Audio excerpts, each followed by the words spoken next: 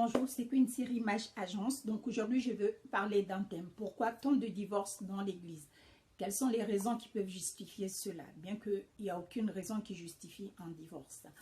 Donc c'est de ça dont je veux parler aujourd'hui. Donc je vais énumérer quelques raisons peut-être qui peuvent expliquer le pourquoi il y a autant de divorces dans l'Église que dans le monde. Donc je dis bonjour déjà à mes queens et à mes kings. Merci pour vos likes, merci pour vos partages, merci pour toutes les personnes qui s'abonnent. C'est vraiment un plaisir et ça nous touche énormément, ça touche toute l'équipe. Donc, pour commencer, je vais énumérer les quelques raisons que j'ai trouvées. Parce que, comme je vous dis toujours, je suis chrétienne. Tout ce que je parle dans ma chaîne, en fait, c'est des choses que j'ai expérimentées. Donc, ce n'est pas des choses qui sont ou que j'ai imaginées. Non, c'est vraiment des choses que j'ai expérimentées de près ou de loin. La première raison, en fait, qui peut deux fois expliquer pourquoi il y a autant de divorces dans l'Église, c'est juste parce que dans l'Église, en tout cas, il y a des gens, en fait, quand tu viens dans une église et que tu es nouvelle dans l'église et que tu trouves des fois déjà des personnes qui sont là depuis longtemps et que des fois, il y a un frère dans l'église qui remarque que tu es arrivé dans l'église, donc il va s'approcher de toi, il va t'aider à t'intégrer dans l'église, te montrer un peu comment ça fonctionne, quelles sont les réunions pour les nouveaux membres, où aller faire les cours pour les nouveaux membres, les cours de baptême. Deux fois même, le frère va solliciter au fait, ou il va t'appeler pour te dire, ah, au fait, il va être comme quelqu'un qui t'encadre au fait, parce que toute personne qui vient dans une église a besoin en fait d'être encadrée la plupart du temps. C'est pour cela il y a des réunions de nouveaux membres qui sont faites dans les églises pour aider les personnes au fait à s'intégrer. À l'intérieur, en fait, c'est juste pour connaître comment ça fonctionne. Quand on fait les réunions de baptême, les réunions d'affermissement, voilà, toutes ces choses-là font qu'il faut deux fois expliquer aux gens pour qu'ils comprennent mieux le fonctionnement. Donc, deux fois, le frère va s'intéresser à toi. Donc, il va t'aider au fait à t'intégrer. Et après, en fait, les personnes qui sont là depuis vont remarquer peut-être que, ah, le frère là s'intéresse trop à cette sœur-là qui est nouvelle. C'est bizarre. Puisque avant que la sœur n'arrive, il y a déjà des sœurs qui sont à l'église, peut-être qui ont déjà des regards sur ce jeune frère-là. Sauf que, des fois, le frère, il va pas savoir qu'il y a peut-être des sœurs dans l'église qui ont déjà des vues sur lui. Donc, naturellement, il va s'intéresser à cette jeune fille-là. Sauf que cette jeune fille-là, elle est nouvelle et puis elle ne connaît pas, en fait, elle n'est pas proche du pasteur, elle n'est pas proche de maman pasteur, elle n'est pas proche des ministres. Donc, des fois, ça peut susciter des interrogations. Ce qui fait qu'après, ils vont se rapprocher, après, ils vont maintenant vouloir s'engager. Et sur le moment, ils vont s'engager, ils vont voir qu'il y a une opposition. Parce que les responsables et les anciens qui sont dans cette église vont venir expliquer au frère que non, toi, tu es là depuis, on te connaît bien, elle vient d'arriver. Tu ne peux pas t'engager avec elle comme ça fait même pas longtemps qu'elle est dans l'église. Il y a des jeunes sœurs qui sont là depuis longtemps, qu'on connaît très bien, qui ont un bon témoignage, qui sont des filles sérieuses, qui travaillent vraiment pour le Seigneur, qui sont engagées dans l'église. Donc, ce serait peut-être pas prudent que tu t'engages avec cette nouvelle sœur qui vient d'arriver parce qu'on ne connaît pas ses antécédents. Au fait, les gens commencent à s'opposer à ce jeune couple-là.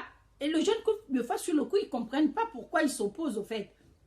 Certes, on est membre d'une église, mais les responsables de cette église, ce sont ni vos pères, ni vos mères. Mais de fois, ils prennent une telle importance, ils culpabilisent même de fois sur votre choix. Et vous dites peut-être peut-être qu'ils ont raison. Et après, ils vont orienter le frère vers leur choix personnel. C'est-à-dire vers la sœur qui travaille depuis longtemps dans l'église, qui connaît super bien. Et cette sœur-là, au fait, de fois, elle n'attend que ça parce que depuis, elle voulait être avec ce frère-là, mais sauf que ce frère-là ne l'a jamais calculé dans l'église. Donc, vu qu'elle a toujours été très active dans l'église, vu qu'elle a toujours été intégrée, elle s'occupe, elle fait bien, elle a un bon témoignage, le pasteur ou maman pasteur va trouver que non, c'est mieux qu'il s'intéresse plus à cette jeune fille-là que le choix de son cœur. Ça peut être une première raison. D'autres raisons, c'est que deux fois, il y a une sœur super brillante, super boulot, vraiment qui sert le Seigneur avec engouement, avec enthousiasme. Et il y a un frère qui est dans l'église. Le frère, au fait, lui, il connaît aussi les responsables de l'église, ils se connaissent tous. Donc, on va orienter cette sœur vers le frère. Et le frère, il va se dire, ah, moi personnellement, j'aime bien cette fille-là. Elle a un très bon boulot, elle a une super voiture, elle est déjà propriétaire. Ça, c'est le genre de femme que moi, j'aimerais épouser. En fait, il ne va pas faire un choix par amour. Il va faire un choix par calcul. Ce qui fait que des fois, quand ils vont se retrouver maintenant engagés, mariés et dans la même maison, et en fait, il va se rendre compte juste simplement que cette fille-là, en fait, certes, elle a tout ça, mais elle ne répond pas vraiment à ses réelles attentes. En dehors du matériel qu'elle peut l'apporter, le véritable amour n'est pas. Ce qui fait qu'après, ça peut aussi être une raison pourquoi les couples dans les églises divorcent. Donc, moi, je voulais simplement dire que arrêtez de vous ingérer. Parce que moi, j'ai connu une sœur qui a été très malheureuse, très affectée, mais vraiment, elle était dans une église, elle avait déjà sa nationalité, et le frère est venu, comme c'était un cousin du pasteur, et que lui, il n'avait pas de papiers, ils ont fait tout pour convaincre la sœur là que le frère là, c'était un bon choix, et que c'était un homme de Dieu, que c'était un frère sérieux. Et la fille, au début, elle hésitait, son cœur était partagé en fait, mais les gens de l'église, les enseignants, oh non, c'est bien, c'est vraiment le bon choix et tout. C'est vraiment le bon choix. Le Seigneur nous a convaincus que c'est le bon choix. Ce qui fait que cette dame-là avait déjà sa nationalité européenne. Elle s'est retrouvée à épouser ce frère qui n'avait pas de papier.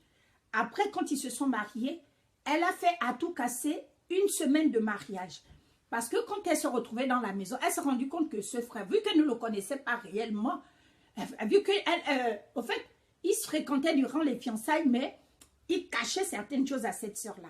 Elle a découvert au fait que le frère était super endetté, qu'il avait des vrais problèmes. Au fait, des choses au fait qu'il aurait pu dire à la sœur bien avant.